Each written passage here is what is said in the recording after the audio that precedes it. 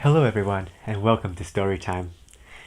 Today we are on part 15 and the final part of our story, A Tale of Two Friends. And as you recall in the last chapter, Nisha found a way to help the dogs in the kennels. And so today we're going to find out what would Cleo do to help the cats. Part 15, the one. How was Cleo going to help everyone? She thought about it. Nisha had been able to do it. She had made a plan and executed it well. But how was she going to get cats to stop being cats? She went back to where she had been lying down for the past couple of days and sat down. She watched as the others groomed, sharpened their claws, coughed up hairballs.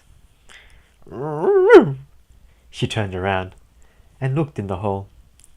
A familiar, friendly face was smiling back at her.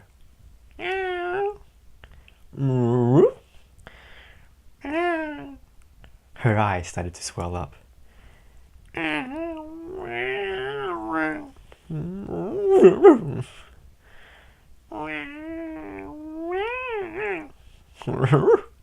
Nisha's tail started to wag.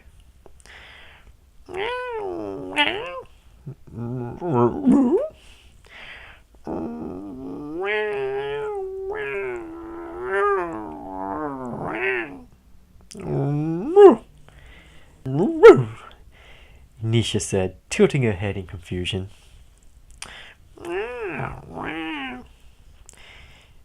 Nisha gave out a small giggle. She said.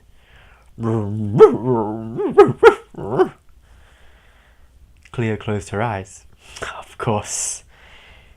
The only way for her to help others was to not help them at all. They chose who they chose. Cleo said. They both laughed and talked about everything that had happened. They had 5 days worth of Nisha's updates to catch up on. Nisha told Cleo about the days of training that she had to put Sasha through and how she thought that Sasha messed up when a new hand command was put in.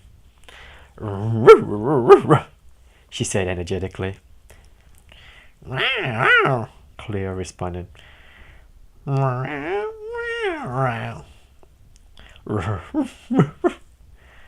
Nisha said. That day came sooner than they thought. A few days after the conversation, and having a few cats decreased by a further 2, Kim and Mikey came in with a surprise. They let everyone out of the kennels to play in the fields. Usually, they would let the dogs and the cats out separately to play. However, since there was such a small amount of them, they decided to let them play together. Nisha and Cleo immediately found each other and started to kiss and jump all over each other. It had been a while since they would last be able to touch. They ran off to where the invisible fences were, as far away from their temporary home as possible, and lay down in the shades of the trees. Nisha showed all the gestures that she had taught Sasha, and how she would respond to them, including the new gesture which required her to jump. The two practiced the gestures together, before settling down and taking a nap with each other. After a peaceful rest in the warm morning sun, a siren was rung, and everyone was called back to the pen. As they rounded the corner, a surprise was waiting for them there. In the dog shelter, there was 5 new dogs, and the cats had 3 new members. The new friends were huddled in a small shivering group. When Nisha was let back into her pen, she took it upon herself to introduce them to the new homes. Nisha immediately told them of the night classes, where they were going to teach them how to follow commands. After a small introduction to everyone, one of the new dogs, Haley, asked them what commands that they knew. Nisha happily showed them to her. Haley wagged her tail. She had a new command that they had never seen before. This one was when the people held up 2 hands. Their job was not to move, Nisha smiled, and immediately memorized it as part of her teaching repertoire. On Cleo's side, the new additions fit in like any other inhabitant. They walked around, talked to the other cats, and found a spot to settle down. Cleo walked to them and talked to them. She learnt more about them. Their stories were similar to other cats that were there. It wasn't going to help them get picked faster, but it was nice to meet everyone. Over the following moons, this seemed to be the flow of the shelter. As members would leave, new members would come in. Each time, Nisha would help train the new members, and Cleo would just get to know them. After 4 moons of this flow, it became tiring, even for the energetic Nisha. On the darkest night of the moon cycle, after training the new dogs that had come in for that day, and the daily talking to Cleo, Nisha spotted her mother looking at her. The two were getting along better now, but neither of them had the courage to say what was on their mind. However, feeling exhausted from everything, Nisha decided that it was time to try to have a heart-to-heart with her mother. Nisha called her mother as she walked up to her in a confident manner. Nisha's mother asked. Nisha wanted to tell her that she was tired, but she asked her a question instead.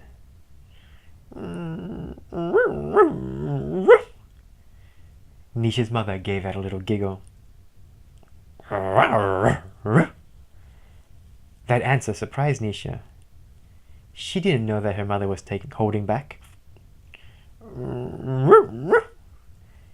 Nisha said. Nisha's mother replied. She hesitated a little, bobbing her head back and forth before kissing her. Nisha smiled, and her eyes started to well up.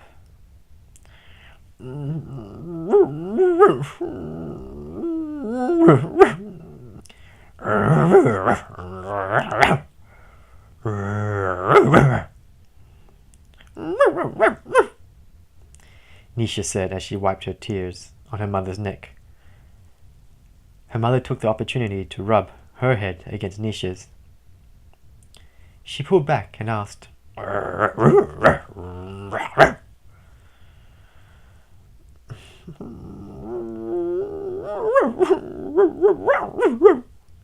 Nisha said, exhausted.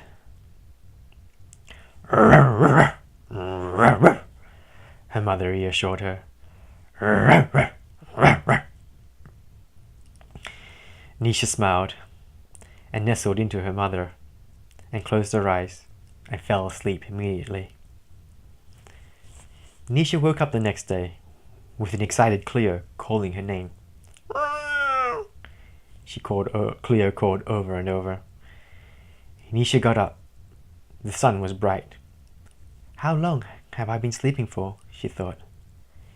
She shook her head to get herself awake and stood up. She turned to head towards the back of the pen when all the dogs started to kick up a ruckus and started to yell. Cleo will have to wait, Nisha thought as she turned around. Hi guys! A voice broke through everything. Nisha shook her head. Did she just imagine what she heard, or... I will get to all of you. Just calm down. No, that wasn't her imagination. She turned and looked up. Her eyes locked onto the person that was talking.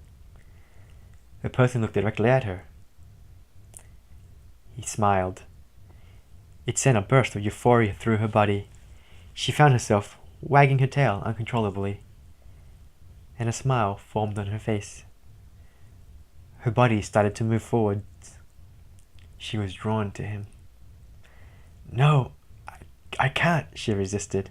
She closed her eyes and forcibly stopped herself from moving forward. Hey Jasmine, can I get some alone time with them? Like last time? Yes. Okay. Jasmine left. The person looked directly at Nisha. "It's okay, Nisha. You can come to me now." Her eyes shot open. The person called her by her name. How did they know? She moved forwards. The other animals parted to give her a clear path. As Nisha got closer, the person extended out their arm. She went up to it and rubbed her snout. The person's other arm gently stroked the back of her neck. Each stroke sent waves of warmth through her body. She opened her eyes to meet his night sky eyes. The person's face was lined with happiness. Something about him felt warm and safe. "I know someone that would love you, Nisha," he said. "Be good. You'll only have to wait one more day. Okay?" "Okay," Nisha said back. The person gave a laugh through his nose, leant in and gave her a kiss. "I'll see you tomorrow," the person said as he stood up, keeping eye contact with Nisha, then said, "I'm ready, Jasmine." When Jasmine came in, the two talked quietly with each other and they left. When the person was out of Nisha's view, her knees buckled and she fell onto the ground. Her mother quickly ran up to her. Nisha looked up at her mother, her face in utter joy. Her mother knew instantly that Nisha had found a family that she wanted to go with. Her mother asked her. Nisha's eyes widened. She quickly got to her feet and ran back to the cages. She yelled out, but there was no response. Cleo was on the other side. She had heard Nisha's calls, but there was someone looking at her. Her heart was still pounding from the encounter from the mysterious person she had met before this one. It was a feeling that Osiris had talked about a while ago. But this one was different for some reason. This one felt stronger. How am I going to tell Nisha that I found someone, she thought. The day was extremely busy. People just kept coming in. This kept Nisha and Cleo from contacting each other. When the sun went down and they were given their dinner, a tired Cleo walked over to the back of the pen to communicate with Nisha. She called out.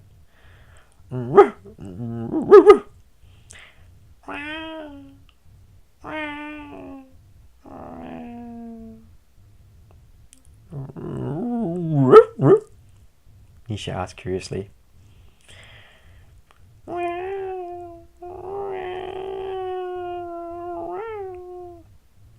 She stifled a sniffle.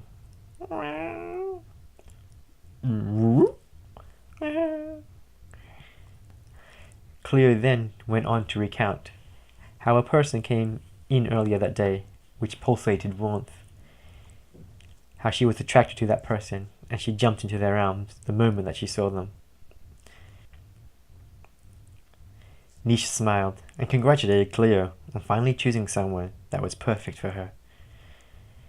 She had tears in her eyes. She was going to miss her friend. Cleo added.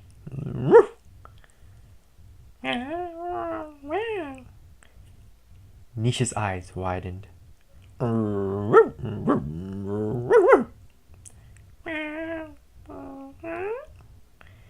Nisha's tail started to wag.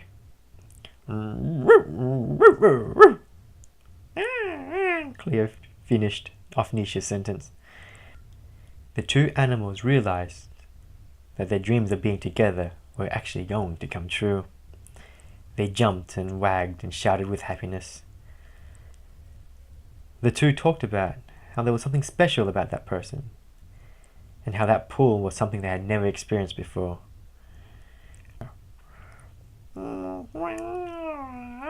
Cleo suggested. Cleo agreed, and the two broke up to say their farewells to everyone. Cleo walked around, talking to the other cats, while Nisha was just her mother.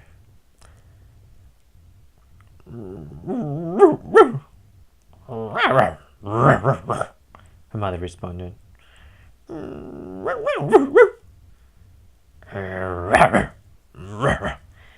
Nisha's mother assured her as she hugged and kissed her daughter. Nisha replied.